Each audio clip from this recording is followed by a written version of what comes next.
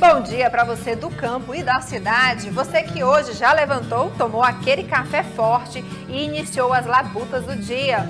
Vamos junto a partir de agora em mais uma edição do Tocantins Rural. Inclusive, falando em café, na semana passada foi comercializada a saca de café mais cara do mundo, por R$84 mil. O café foi adquirido pelo Japão e é produzido no interior do estado de São Paulo. Vamos saber dos destaques do programa de hoje? Nesta edição você vai ver pé de limão siciliano com doença na participação do telespectador. E também uma meteorologista para falar como fica o clima em 2024. Essas e outras notícias você confere agora aqui no Tocantins Rural.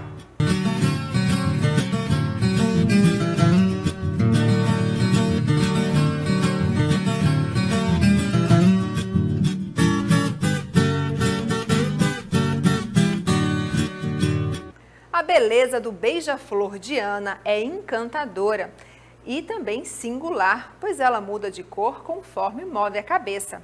Algumas imagens da ave circularam nas redes sociais e chamaram muito a atenção. Apesar de parecer à primeira vista que esses colibrins possuem cabeça totalmente rosa, a nuca revela tons verdes. A ilusão de um capuz rosado é resultado da fascinante interação entre pigmentação e incidência de luz, uma verdadeira magia visual. Olha que bacana, você telespectador, a partir de hoje pode participar aqui do Tocantins Rural, mandando sua foto ou vídeo do campo ou da cidade. Você pode enviar sua dúvida aqui pra gente, é só enviar uma mensagem para o número 63 999200009. Estamos esperando a sua participação, como essa foto que nós recebemos da Maria de Socorro de Palmas, da região das Arnos, que fala o seguinte: meu pé de limão siciliano está morrendo e com os frutos desse jeito, o que pode ser? A situação que está, né, o limão siciliano da Dona Maria. E para isso nós conversamos com o especialista que falou a respeito. Olá a todos, me chamo Juliano Milhama Ribeiro, sou engenheiro agrônomo, mestre em proteção de plantas e atuo na Agência de Defesa Agropecuária do Estado do Tocantins. Visualmente, há duas possibilidades. A primeira delas é uma doença bastante comum nos pomares de citro, que é a leprose dos citros, provocada por um ácaro conhecido como Brevipalpus foenix. Ele causa lesões nos frutos e causa algumas cloroses, ou seja, descoloração, né, das folhas também. O segundo ponto aqui pode ser também uma doença que ainda não está presente no estado do Tocantins, que tem um alto grau de impacto econômico, que é o cancro cítrico, provocado por uma bactéria conhecida como Xanthomonas citri, subespécie citri, transmitida por um vetor, um psilídeo, que é um inseto sugador bem pequeno, conhecido como Diaphorina citri. Então, é uma doença mais preocupante porque não temos ainda no estado do Tocantins.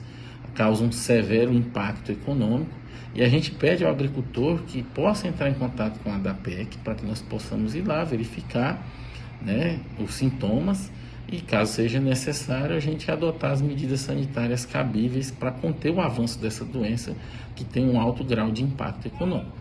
Tá aí a explicação do especialista. Mande para a gente a sua dúvida, não deixe de participar. Quero te falar desse parceiro que nós temos aqui no Tocantins Rural, a Primavia Motors, que está em um novo complexo com várias marcas e muitas novidades para você escolher a sua marca e também o seu veículo. Não saia daí, nós vamos para um rápido intervalo e daqui a pouquinho nós vamos falar sobre as tendências climáticas para esse ano de 2024.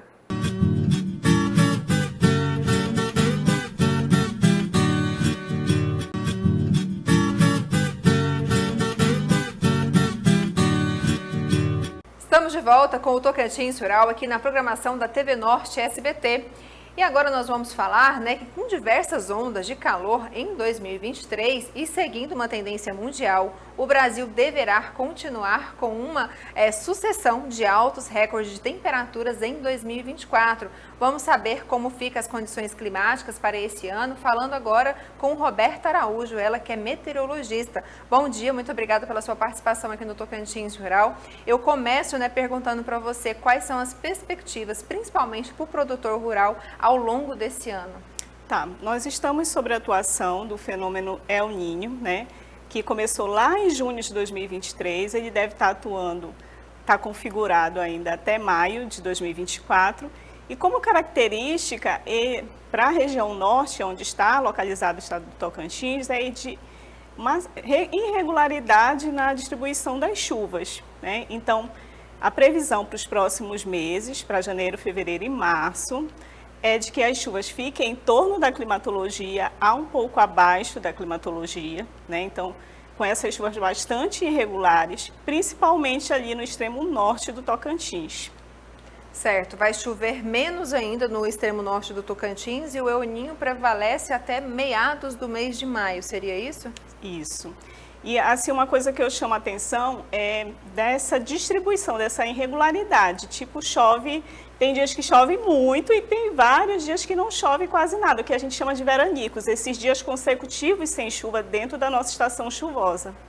Certo. A gente fala, né, de El Niño, não é a primeira vez que o fenômeno acontece já há muito tempo, mas a gente tem a memória curta. Eu mesmo não me lembrava de um fenômeno com escassez tão grande como essa e com tempestades tão grandes como o que está acontecendo agora. Mas existiu, né, em outros momentos. A senhora citar um pouquinho da história desse fenômeno para a gente. Os eventos assim mais severos, né, de El Niño, 83, 97, 98, mais recente 2015, 2016, em que a gente um tempo mais curto, né? Então a gente lembra das perdas agrícolas que aconteceram, porque a estação chuvosa ela demorou a se iniciar no estado. Quando ocorreu, foi bastante irregular, teve dias de muita chuva, como eu falei agora há pouco, né? E teve dias consecutivos sem chuva. Então, o problema é esse, não é eu pensar no acumulado do mês, né? Se eu pensar no acumulado do mês, choveu 250 milímetros, que é a média para janeiro, por exemplo.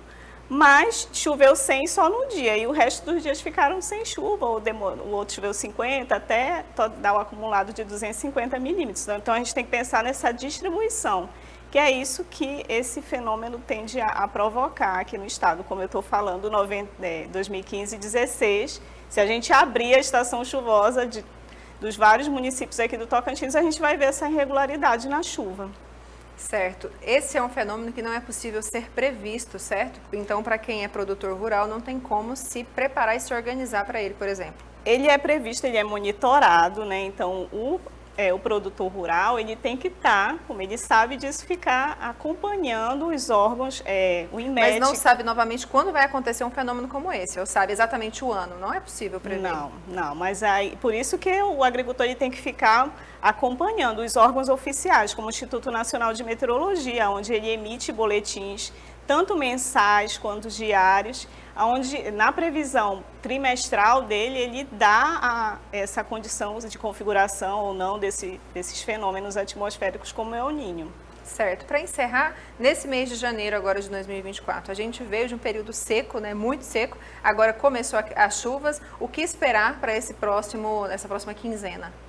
Bom, a gente hoje, né, aqui no Tocantins, choveu muito, que a gente tem a atuação da zona de convergência do Atlântico Sul, ela deve estar atuando aí nos próximos 15 dias aqui nessa região que vai desde o sul da Amazônia até o sudeste do país, ela acaba por favorecer áreas de instabilidade, então tem previsão de chuva para os próximos 15 dias aqui. Agora, perguntar, Roberta, quantos milímetros ela vai ser, né? São chuvas localizadas, por vezes chuvas contínuas, como aconteceu hoje, vai depender muito desse posicionamento desse sistema. Então, o agricultor vai ter que ficar acompanhando acompanhando a previsão do tempo. Certo, Roberta, muito obrigada pela sua participação aqui no Tocantins Rural. Eu agradeço também.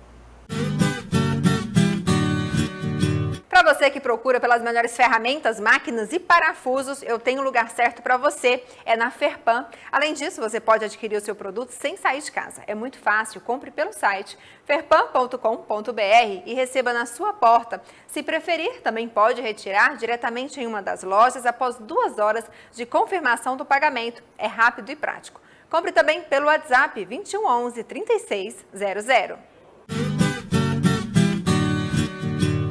É hora de dar uma conferida nas informações mais relevantes do agronegócio no nosso Giro de Notícias com a repórter Wislaine Lima. Passadas as festividades de final de ano, o assunto que vem à tona para os brasileiros nos primeiros dias de janeiro é o pagamento do IPVA 2024. Atualmente, a restrição é apenas para os donos de carros, ônibus e motos e possui valores de alíquotas diferentes em cada estado. Para os proprietários rurais, a notícia é muito boa. Aqueles que possuem maquinários agrícolas estão isentos de IPVA. A dispensa do pagamento é denominada isenção por profissão e engloba veículos que executam diariamente atividades profissionais. Apesar da isenção do IPVA, é obrigatório aos agricultores a participação no Registro Oficial de Tratores e Maquinários Agrícolas, a Renagro, desde outubro de 2022. A inscrição do maquinário que circula em via pública tem o objetivo de garantir a propriedade do veículo, segurança na comercialização e melhorar a rastreabilidade e fiscalização para coibir furtos e roubos. Chega ao fim mais uma edição do Tocantins Rural. Amanhã nós estaremos de volta trazendo para você, logo nas primeiras horas da manhã, as notícias mais importantes do agronegócio. Se você busca por mais informações, não deixe de acessar o nosso site tocantinsrural.com.br. Desejamos para você um excelente dia e até amanhã.